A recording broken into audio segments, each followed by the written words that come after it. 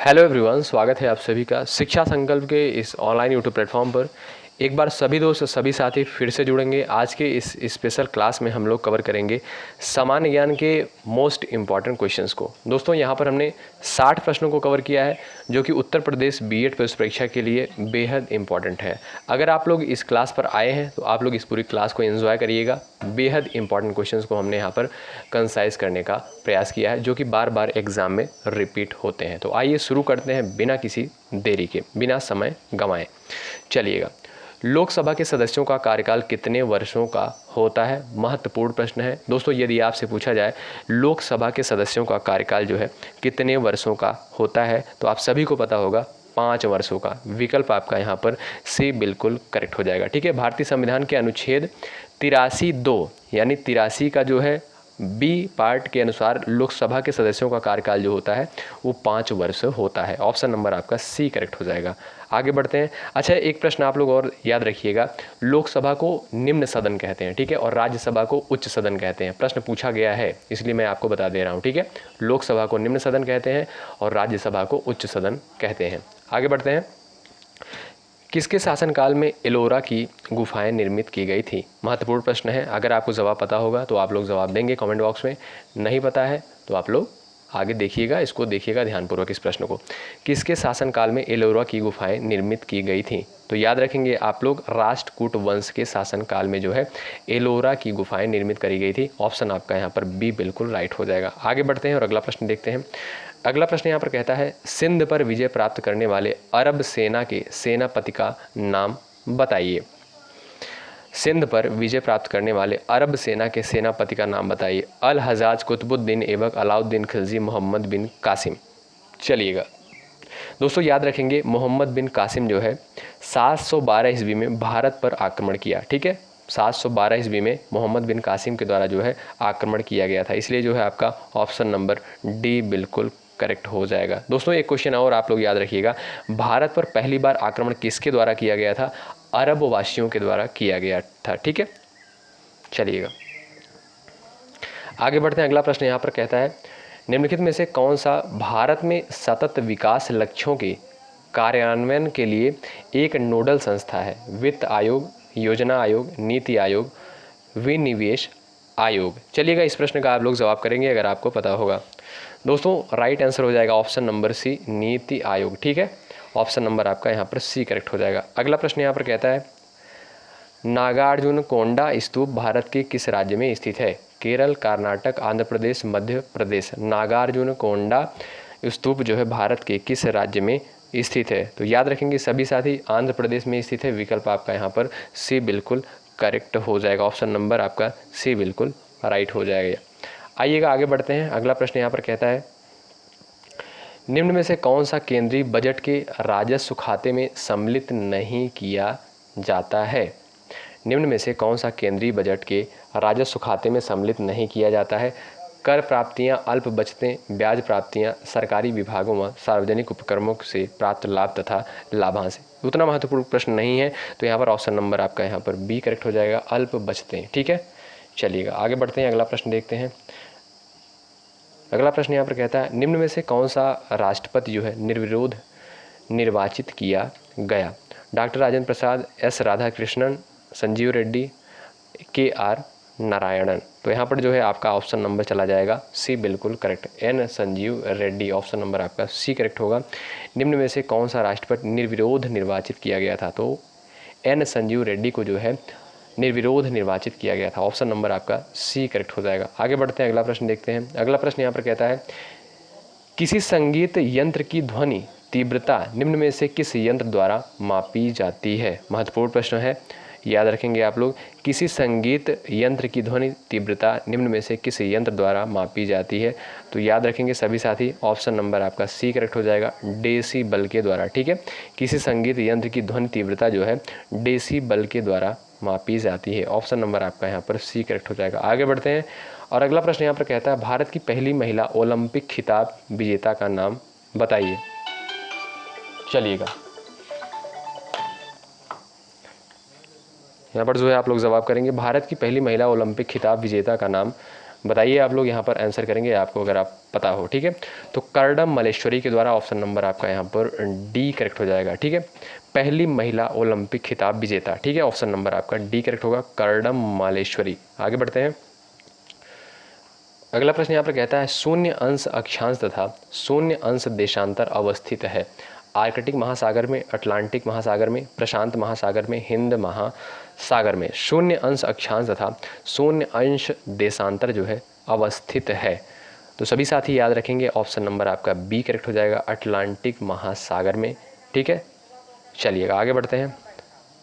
अमृता शेरगिल किस रूप में प्रसिद्ध हुई? अमृता शेरगिल जो है किस रूप में प्रसिद्ध हुई? चलिएगा, इस प्रश्न का जो राइट आंसर हो जाएगा वो हो जाएगा आपका चित्रकार के रूप में, ठीक है। ऑप्शन नंबर आपका यहाँ पर ए बिल्कुल करेक्ट हो जाएगा। दोस्तों अमृता शेरगिल जो है एक प्रसिद्ध चित्रकार थी, ठीक है। इन्हें भारतीय पुरातात्विक सर्वेक्षण ने वर्ष 1976 और 1979 में भारत के 9 सर्वश्रेष्ठ कलाकारों में शामिल किया है, ठीक है। चलिए आगे बढ़ते हैं, अगला प्रश्न यहाँ पर देखते हैं। अगला प्रश्न यहाँ पर कहता है निम्न में से कौन सा उपकरण विद्युत ऊर्जा को यांत्रिक ऊर्जा में परिवर्तित करता है? मोस्ट इम्पॉर्टेंट प्रश्न है। कौन सा उपकरण जो है विद्युत ऊर्जा को यांत्रिक ऊर्जा में रूपांतरण करता है यानी परिवर्तित करता है? राइट आंसर हो जाएगा ऑप्शन नंबर आपका यहाँ पर बी करेक्ट हो जाएगा, इलेक्ट्रिक मोटर के द्वारा। दोस्तों इलेक्ट्रिक मोटर के द्वारा विद्युत ऊर्जा को यांत्रिक ऊर्जा में परिवर्तित करने का कार्य किया जाता है, इसलिए ऑप्शन नंबर आपका यहाँ पर बी बिल्कुल राइट हो जाएगा। आगे बढ़ते हैं, अगला प्रश्न यहाँ पर देखते हैं। अशोक महान ने बराबर पहाड़ी में कितनी गुफाओं का निर्माण कराया? चलिएगा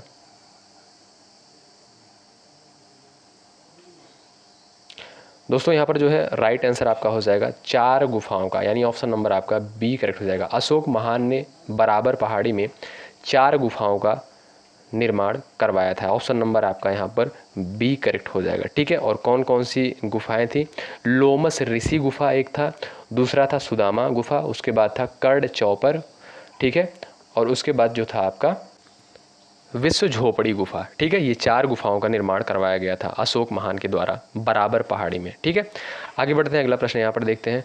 निम्नलिखित में से दक्षिण भारत की सबसे ऊंची चोटी कौन सी है? स्टार लगाइए, महत्वपूर्ण प्रश्न बनता है। दक्षिण भारत की जो है सबसे ऊंची चोटी कौन सी है? तो दोस्तों याद रखेंगे दक्षिण भारत या प्रायद्वीपीय भारत की सबसे ऊंची चोटी जो है अनाईमुडी है, ठीक है, यानी ऑप्शन नंबर आपका यहाँ पर ए करेक्ट हो जाएगा। ऑप्शन नंबर आपका ए यहाँ पर बिल्कुल राइट हो जाएगा, ठीक है। दोस्तों अगर पूछा जाए कि इसकी ऊंचाई कितनी है तो 2695 मीटर इसकी ऊंचाई है। कहाँ पर स्थित है? केरल के इडुक्की ज़िले में स्थित है, ठीक है। कहाँ पर? केरल के इडुक्की ज़िले में स्थित है और इसकी ऊंचाई कितनी है? 2695 मीटर, ठीक है, याद रखेंगे, महत्वपूर्ण प्रश्न बनता है। आगे बढ़ते हैं, अगला प्रश्न यहाँ पर देखेंगे। निम्न में से कौन सा सिंधु घाटी सभ्यता का एक बंदरगाह शहर माना जाता है? बंदरगाह जो है सिंधु घाटी सभ्यता का माना जाता है। कई परीक्षा में ये प्रश्न आया हुआ है तो आप लोग याद रखेंगे, ठीक है। सिंधु घाटी सभ्यता से एग्जाम में प्रश्न पूछे जाते हैं, कोई परीक्षा हो वहाँ पर एक प्रश्न आपको देखने को मिलता है। दोस्तों यहाँ पर जो है आपका राइट आंसर हो जाएगा लोथल, ठीक है। सिंधु घाटी सभ्यता का जो बंदरगाह मिला है कहाँ पर? लोथल में, ठीक है। और लोथल दोस्तों कहाँ पर स्थित है? वो गुजरात में स्थित है, यानी ऑप्शन नंबर आपका यहाँ पर बी बिल्कुल करेक्ट होगा। ऑप्शन नंबर बी यहाँ पर बिल्कुल राइट हो जाएगा। आगे बढ़ते हैं और अगले प्रश्न की तरफ हम लोग बढ़ेंगे। अगला प्रश्न यहाँ पर कहता है निम्न में से कौन सी प्रक्रिया प्राकृतिक जल विज्ञान अथवा जल चक्र का भाग नहीं है?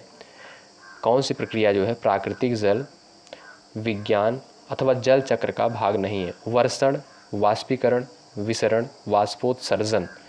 तो बताएंगे आप लोग इसमें से कौन सी प्रक्रिया प्राकृतिक जल विज्ञान अथवा जल चक्र का भाग नहीं है? तो करेक्ट आंसर हो जाएगा विसरण, यानी ऑप्शन नंबर आपका यहाँ पर सी बिल्कुल करेक्ट हो जाएगा, ठीक है। चलिए आगे बढ़ते हैं और अगला क्वेश्चन देखते हैं। बस आप लोग धैर्य के साथ पूरे पेशेंस के साथ बैठ जाइएगा, बढ़िया से देखिएगा इस पूरी क्लास को। भारत में किसी राज्य के राज्यपाल की नियुक्ति निम्न में से कौन करता है? यानी किसी भी राज्य के राज्यपाल की नियुक्ति जो है किसके द्वारा करी जाती है? महत्वपूर्ण प्रश्न है, याद रखेंगे, बहुत बार पूछा गया है परीक्षा में, तो याद रखेंगे ऑप्शन नंबर आपका यहाँ पर ए करेक्ट हो जाएगा। भारत का राष्ट्रपति। नियुक्ति कौन करता है राज्यपाल की? भारत के राष्ट्रपति द्वारा राज्यपाल की नियुक्ति करी जाती है। तो यहाँ पर जो है आपका ऑप्शन नंबर 1 बिल्कुल करेक्ट हो जाएगा। ठीक है, किस अनुच्छेद के तहत दोस्तों? 155 आर्टिकल 155 के तहत जो है नियुक्ति की जाती है भारत के राष्ट्रपति के द्वारा। आगे बढ़ते हैं और अगला क्वेश्चन यहाँ पर देखते हैं। अगला क्वेश्चन देखेंगे दोस्तों, यहाँ पर कहता है, ज्योग्राफी से प्रश्न पूछा गया, सौर मंडल में क्षुद्र ग्रह एस्ट्रॉयड जिसे कहते हैं छोटे खगोलीय पिंड हैं, ये जिन ग्रहों के मध्य पाए जाते हैं वे हैं मंगल और बृहस्पति, बुध और शुक्र, पृथ्वी और मंगल। ऑप्शन डी यहाँ पर दिया है बृहस्पति और शनि। तो बताएंगे आप लोग, सौरमंडल में क्षुद्र ग्रह यानी एस्ट्रॉयड जो है ये छोटे खगोलीय पिंड होते हैं, ये जो है किन ग्रहों के मध्य में पाए जाते हैं, यही प्रश्न आपसे यहाँ पर पूछा है। तो विकल्प आपका यहाँ पर ए बिल्कुल राइट हो जाएगा, मंगल और बृहस्पति के मध्य। ऑप्शन नंबर आपका ए बिल्कुल करेक्ट हो जाएगा। ठीक है, आगे बढ़ते हैं और अगला क्वेश्चन यहाँ पर देखेंगे। अगला प्रश्न है, मत्तनचेरी पैलेस कहाँ स्थित है? झारखंड, केरल, महाराष्ट्र, तमिलनाडु। मत्तनचेरी पैलेस जो है कहाँ पर स्थित है? मत्तनचेरी पैलेस कहाँ पर स्थित है? दोस्तों केरल के जो है कोच्चि नगर में स्थित है। ठीक है, केरल के कोच्चि नगर में स्थित है, याद रखेंगे। ऑप्शन नंबर आपका यहाँ पर बी बिल्कुल करेक्ट हो जाएगा। आगे बढ़ते हैं, अगला प्रश्न देखते हैं। अगला प्रश्न यहाँ पर क्या कहता है भाई, देखेंगे सभी साथी। बेकिंग पाउडर में जब पानी मिलाया जाता है तो निम्न में से कौन सी गैस निकलती है? Carbon dioxide, hydrogen, nitrogen. उसके बाद ऑप्शन डी दिया है ऑक्सीजन। तो बताएंगे बेकिंग पाउडर में जब पानी मिलाया जाता है तो उसमें से कौन सी गैस निकलती है, यही प्रश्न आपसे कहता है। तो राइट आंसर यहाँ पर क्या हो जाएगा? ऑप्शन नंबर ए पर जो भी हमारे भाई बहन जा रहे हैं वो बिल्कुल राइट है, कार्बन डाइऑक्साइड। रासायनिक फार्मूला इसका क्या होता है, रासायनिक सूत्र क्या होता है? CO2। ठीक है, कार्बन डाइऑक्साइड। ऑप्शन नंबर आपका ए बिल्कुल करेक्ट होगा। आगे बढ़ते हैं, अगला प्रश्न देखते हैं। एडमिरल कप जो है किससे संबंधित है? एडमिरल कप जो है किससे संबंधित है? तो इस प्रश्न का आप लोग जवाब देने का प्रयास करें फटाफट। दोस्तों याद रखिएगा, नौकायन से संबंधित है। ठीक है, एडमिरल कप किससे संबंधित है? नौकायन से संबंधित है। महत्वपूर्ण प्रश्न बनता है। नौकायन का अर्थ क्या है? नौका दौड़। ठीक है, इस खेल का आरंभ जो है कब हुआ दोस्तों? 1957 में इसका आरंभ हुआ था, नौका दौड़ का। ठीक है, आगे बढ़ते हैं। अगला प्रश्न यहाँ पर कहता है, निम्नलिखित ज्वालामुखियों में से किसे भूमध्य सागर का प्रकाश स्तंभ कहा जाता है? चलिएगा, कौन सी ज्वालामुखी को भूमध्य सागर का प्रकाश स्तंभ कहा जाता है? तो इस प्रश्न का आप लोग फटाफट आंसर करेंगे। तो यहाँ पर राइट आंसर चला जाएगा आपका ऑप्शन नंबर ए, स्ट्राम्बोली। ठीक है, स्ट्राम्बोली ज्वालामुखी को। विकल्प आपका दोस्तों यहाँ पर ए बिल्कुल करेक्ट हो जाएगा। ठीक है, ऑप्शन नंबर आपका ए यहाँ पर बिल्कुल राइट हो जाएगा। आगे बढ़ते हैं, अगला क्वेश्चन यहाँ पर देखते हैं। किसकी सेना ने ग्रीक शासक सिकंदर के साथ झेलम के तट पर मुकाबला किया था? महत्वपूर्ण प्रश्न बनता है। किसकी सेना ने ग्रीक शासक सिकंदर के साथ झेलम के तट पर मुकाबला किया था? तो राइट आंसर यहाँ पर क्या हो जाएगा, आप लोग बताएंगे। तो ऑप्शन नंबर आपका सी करेक्ट हो जाएगा, पोरस की सेना ने। ऑप्शन नंबर आपका यहाँ पर सी करेक्ट हो जाएगा। ठीक है, आपको पता होगा दोस्तों हाइडे स्पीच का युद्ध जब हुआ था। ठीक है, अच्छा बताएंगे आप लोग हाइडे स्पीच का युद्ध कब हुआ था? ठीक है, तो आप लोग ये प्रश्न इंपॉर्टेंट बनता है, तो आप लोग इसको याद रखेंगे। ठीक है, झेलम नदी के तट पर ग्रीक शासक सिकंदर व पोरस राजा के मध्य जो है हाइडे स्पीच का युद्ध हुआ था, और इस युद्ध में दोस्तों पोरस की हार हुई थी। आप बताएंगे हाइडे स्पीच का युद्ध कब हुआ था? कमेंट बॉक्स में आपका जो है आंसर पिन किया जाएगा। चलिए, जो सबसे पहले यहाँ पर जवाब देगा। मानव शरीर में रक्त का आयतन शरीर के भार का लगभग कितने प्रतिशत होता है? मानव शरीर में रक्त का आयतन शरीर के भार का लगभग कितने प्रतिशत होता है? तो राइट आंसर हो जाएगा ऑप्शन नंबर 7%। ठीक है, आइएगा।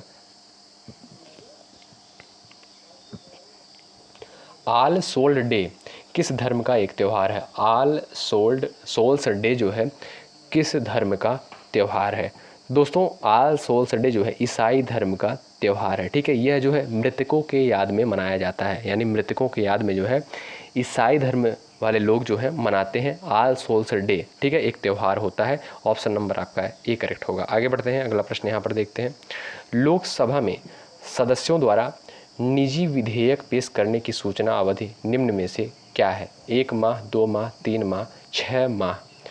तो राइट आंसर यहाँ पर हो जाएगा आपका ऑप्शन नंबर ए, 1 माह। ठीक है, विकल्प आपका ए बिल्कुल करेक्ट हो जाएगा। आगे बढ़ते हैं और अगला क्वेश्चन यहाँ पर देखते हैं। चलिएगा अगला प्रश्न यहाँ पर कहता है, भारत माता नामक प्रसिद्ध पेंटिंग के चित्रकार जो है कौन थे? भारत माता नामक एक प्रसिद्ध पेंटिंग है, इसके चित्रकार जो है कौन थे? करेक्ट आंसर हो जाएगा option number B, Avanindra Nath Tagore. ठीक है, अवनींद्र नाथ टैगोर, ऑप्शन नंबर आपका यहाँ पर बी करेक्ट हो जाएगा। अवनींद्र नाथ टैगोर द्वारा जो है 1905 ईस्वी में भारत माता पेंटिंग बनाई गई थी। ऑप्शन नंबर आपका यहाँ पर बी चला जाएगा, बिल्कुल राइट आंसर। ठीक है, आगे बढ़ते हैं। अगला प्रश्न यहाँ पर कहता है, निम्न में से कौन सा महाद्वीप क्षेत्रफल के अनुसार सबसे बड़ा है? कौन सा महाद्वीप जो है क्षेत्रफल के आधार पर जो है सबसे बड़ा महाद्वीप है? दोस्तों, एशिया महाद्वीप जो है क्षेत्रफल के दृष्टि से सबसे बड़ा महाद्वीप है। और अगर आपसे पूछा जाए कुल कितने महाद्वीप हैं, तो दोस्तों 7 महाद्वीप हैं। ठीक है, यहाँ पर जो है आपका राइट आंसर हो जाएगा एशिया महाद्वीप। ठीक, आगे बढ़ते हैं। अगला प्रश्न यहाँ पर कहता है, भारत में बैंकों द्वारा प्राथमिक क्षेत्र ऋण दान से तात्पर्य किसको ऋण देने से है? भारत में बैंकों द्वारा प्राथमिक क्षेत्र ऋण दान से तात्पर्य किसको ऋण देने से है? तो राइट आंसर हो जाएगा आपका उपर्युक्त सभी। क्या क्या है? दुर्बल वर्ग, लघु एवं छोटे उद्यम, उपर्युक्त सभी। उसके बाद दिया है कृषि क्षेत्र को। ठीक है, यानी ऋण जो है प्रोवाइड करती हैं बैंकें दुर्बल वर्ग को और लघु एवं छोटे उद्यम, उसके बाद कृषि को। ठीक है, ऑप्शन नंबर आपका यहाँ पर डी करेक्ट हो जाएगा, उपर्युक्त सभी। ठीक है, तीनों विकल्प आपके राइट हैं। आगे बढ़ते हैं, अगला प्रश्न देखते हैं। प्रथम आंग्ल मराठा युद्ध कौन सी संधि द्वारा समाप्त हुई थी? प्रथम आंग्ल मराठा युद्ध कौन सी संधि द्वारा समाप्त हुई थी? बस आप लोग पेशेंस के साथ बने रहिएगा। ऑप्शन नंबर आपका यहाँ पर करेक्ट हो जाएगा सी, सालबाई की संधि। ठीक है, ऑप्शन नंबर आपका यहाँ पर सी करेक्ट हो जाएगा। ठीक है, चलिएगा आगे बढ़ते हैं। अगला क्वेश्चन यहाँ पर देखते हैं, कला की बंगाल शैली का अग्रदूत कौन था? कला की जो है बंगाल शैली का अग्रदूत कौन था? दोस्तों, यहाँ पर राइट आंसर हो जाएगा अवनींद्र नाथ ठाकुर। ठीक है, ऑप्शन नंबर आपका डी करेक्ट हो जाएगा। अवनींद्र नाथ ठाकुर को चित्रकला की बंगाल शैली का अग्रदूत माना जाता है। ठीक है, आइएगा आगे बढ़ते हैं। आर्थिक नियोजन निम्न में से किससे संबंधित विषय है? आर्थिक नियोजन निम्न में से किससे संबंधित विषय है? संघ सूची, राज्य सूची, समवर्ती सूची, किसी भी सूची में विनिर्दिष्ट नहीं है। आर्थिक नियोजन, दोस्तों आर्थिक नियोजन जो है यहाँ पर जो है आपका करेक्ट आंसर हो जाएगा ऑप्शन नंबर सी, समवर्ती सूची का विषय है। ठीक है, आर्थिक नियोजन समवर्ती सूची का विषय है। ऑप्शन नंबर आपका यहाँ पर सी राइट होगा। आगे बढ़ते हैं, अगला प्रश्न देखते हैं। एक नाभिक में प्रोटॉन और न्यूट्रॉन को बांधने वाले बल को क्या कहते हैं? यानी प्रोटॉन और न्यूट्रॉन को बांधने वाले बल को क्या कहा जाता है? विकल्प आपका करेक्ट हो जाएगा प्रबल नाभिकीय बल। ठीक है, प्रबल नाभिकीय बल कहा जाता है। ऑप्शन नंबर आपका ए करेक्ट हो जाएगा। आगे बढ़ते हैं, अगला प्रश्न कहता है, भारी मशीनों में निम्न में से किसे लुब्रिकेंट के स्वरूप में प्रयोग किया जाता है? Sulphur, graphite, silica, phosphorus. भारी मशीनों में निम्न में से किसे लुब्रिकेंट के स्वरूप में प्रयोग किया जाता है? तो करेक्ट आंसर हो जाएगा आपका ऑप्शन नंबर बी, ग्रेफाइट। ठीक है, ऑप्शन नंबर आपका यहाँ पर बी बिल्कुल करेक्ट हो जाएगा। ग्रेफाइट जो है जो कार्बन का जो है अपरूप होता है। ठीक है, आगे बढ़ते हैं, अगला प्रश्न यहाँ पर देखते हैं। गुरु गोविंद सिंह द्वारा खालसा पंथ की स्थापना किस वर्ष की गई थी? गुरु गोविंद सिंह द्वारा खालसा पंथ की स्थापना किस वर्ष की गई थी? दोस्तों राइट आंसर हो जाएगा आपका ऑप्शन नंबर बी, 1699 में जो है गुरु गोविंद सिंह के द्वारा खालसा पंथ की स्थापना करी गई थी। ऑप्शन नंबर आपका यहाँ पर बी चला जाएगा, बिल्कुल करेक्ट। ठीक है, आइएगा आगे बढ़ते हैं। केंद्र सरकार के विकास व्यय में निम्नलिखित में से कौन शामिल नहीं है? रक्षा व्यय, राज्यों के लिए अनुदान, आर्थिक सेवाओं पर व्यय, सामाजिक एवं सामुदायिक सेवाओं पर व्यय।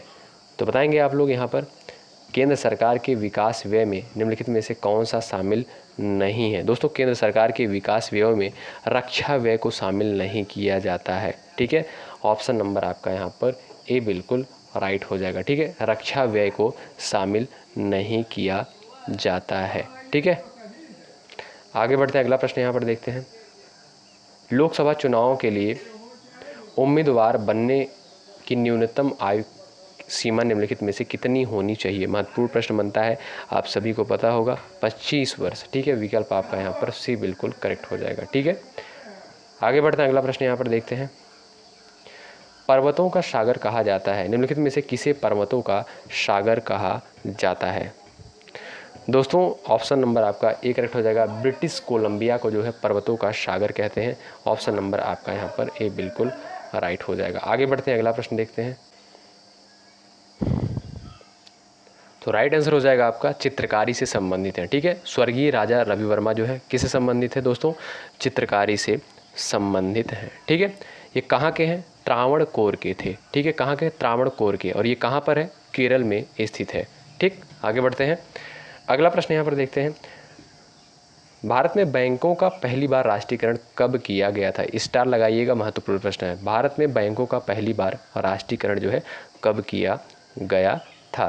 दोस्तों ऑप्शन नंबर आपका यहाँ पर सी करेक्ट हो जाएगा, 1969 में। ठीक है, 1969 में जो है पहली बार बैंकों का राष्ट्रीयकरण किया गया था। ठीक है, भारत में सर्वप्रथम जो है 14 वाणिज्यिक बैंकों का राष्ट्रीयकरण 19 जुलाई 1969 को किया गया था। ठीक है, दूसरी बार 6 बैंकों का राष्ट्रीयकरण किया गया था 15 अप्रैल 1980 को। ठीक, आइएगा आगे बढ़ते हैं। अगला प्रश्न यहाँ पर कहता है, निम्नलिखित में से किसने दिल्ली की सल्तनत पर राज नहीं किया था? गुलाम वंश, सैयद वंश, खिलजी वंश, गौरी वंश। तो करेक्ट आंसर यहाँ पर हो जाएगा ऑप्शन नंबर डी, गौरी वंश जो है। ऑप्शन नंबर आपका यहाँ पर डी करेक्ट हो जाएगा। दिल्ली सल्तनत पर राज नहीं किया गया था गौरी वंश के द्वारा। ऑप्शन नंबर आपका यहाँ पर डी बिल्कुल करेक्ट हो जाएगा। आगे बढ़ते हैं, अगला प्रश्न देखते हैं। अगला प्रश्न यहाँ पर दोस्तों कहता है, 1931 में भारतवर्ष में पहली बोलने वाली फिल्म कौन सी थी? पहली बोलने वाली फिल्म जो है कौन सी थी? ऑप्शन नंबर आपका यहाँ पर बी करेक्ट हो जाएगा। आलमारा जो थी पहली बोलने वाली फिल्म थी। ऑप्शन नंबर आपका यहाँ पर बी करेक्ट हो जाएगा। ठीक है, 1931 में भारत में पहली बार बोलने वाली फिल्म आलमारा थी, जिसका निर्देशन दोस्तों आर्देशिर ईरानी द्वारा वर्ष 1931 में किया गया था। ठीक है, और अगर आपसे पूछा जाए पहली मूक फिल्म कौन थी जिसमें आवाज़ भी नहीं था? राजा हरिश्चंद्र। ठीक है, तो इन दोनों प्रश्नों को आप लोग याद रखेंगे। आइएगा, अल्पकाल में भारतीय रिजर्व बैंक जिस ब्याज दर पर व्यापारिक बैंकों को उधार देता है उसे क्या कहते हैं?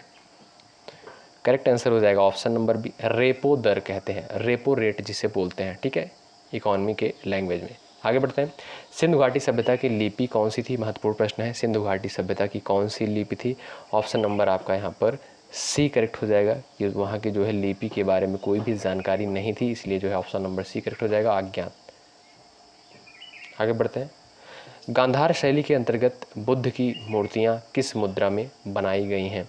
गांधार शैली में जो है बुद्ध की मूर्तियाँ किस मुद्रा में बनाई गई हैं? तो ऑप्शन नंबर आपका सी करेक्ट होगा, आसन एवं स्थानक दोनों मुद्राओं में बनाई गई हैं। विकल्प दोस्तों आपका यहाँ पर सी बिल्कुल करेक्ट हो जाएगा। आगे बढ़ते हैं, अगला प्रश्न देखते हैं। यूनानियों को भारत से बाहर किसने निकाला था? यूनानियों को भारत से बाहर जो है किसने निकाला था? तो राइट आंसर हो जाएगा option number A, Chandragupta Maurya के द्वारा जो है निकाला गया था। ऑप्शन नंबर ए करेक्ट हो जाएगा। निम्न में से नृत्य का शास्त्रीय रूप कौन सा है? कथक, भांगड़ा, मयूरभंज का छऊ, चांग। तो बताएंगे नृत्य का शास्त्रीय रूप जो है कौन सा है? तो करेक्ट आंसर यहाँ पर क्या हो जाएगा? Option number A, Kathak. Option number आपका ए यहाँ पर बिल्कुल करेक्ट हो जाएगा। कथक दोस्तों शास्त्रीय नृत्य है, जबकि शेष अन्य जो है लोक नृत्य है। ठीक है, ये आपका शास्त्रीय नृत्य है। अच्छा, आप लोग बताएंगे कथक जो है कहाँ का, किस प्रदेश का शास्त्रीय नृत्य है? चलिए, अगला प्रश्न यहाँ पर है, 10 डिग्री चैनल पृथक करता है। 10 डिग्री चैनल जो है पृथक करता है भारत को श्रीलंका से, अंडमान निकोबार द्वीप से, अंडमान को निकोबार द्वीप से, अंडमान को म्यांमार से, लक्षद्वीप को मालदीव से। बताएंगे 10 डिग्री चैनल जो है पृथक करता है। तो विकल्प आपका यहाँ पर कौन सा करेक्ट हो जाएगा? ऑप्शन नंबर बी आपका चला जाएगा राइट आंसर, अंडमान को निकोबार द्वीप से अलग करता है। ठीक है, आगे बढ़ते हैं और अगला प्रश्न यहाँ पर देखते हैं। निम्नलिखित में से किस स्थल से कांसे की नर्तकी की मूर्ति प्राप्त हुई है? स्टार लगाइए, महत्वपूर्ण प्रश्न बनता है पेपर में। तो राइट आंसर हो जाएगा यहाँ पर ऑप्शन नंबर ए, मोहनजोदड़ो से जो है नर्तकी की मूर्ति, कांसे की नर्तकी की मूर्ति प्राप्त हुई है मोहनजोदड़ो से। आगे बढ़ते हैं, निम्नलिखित में से सबसे हल्की गैस जो है कौन सी है? सबसे हल्की गैस जो है कौन सी है? हीलियम दोस्तों सबसे हल्की गैस होती है।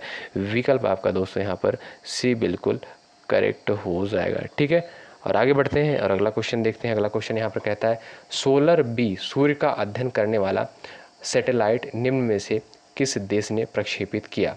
सोलर बी जो है सूर्य का अध्ययन करने वाला सैटेलाइट निम्न में से किस देश के द्वारा प्रक्षेपित किया गया।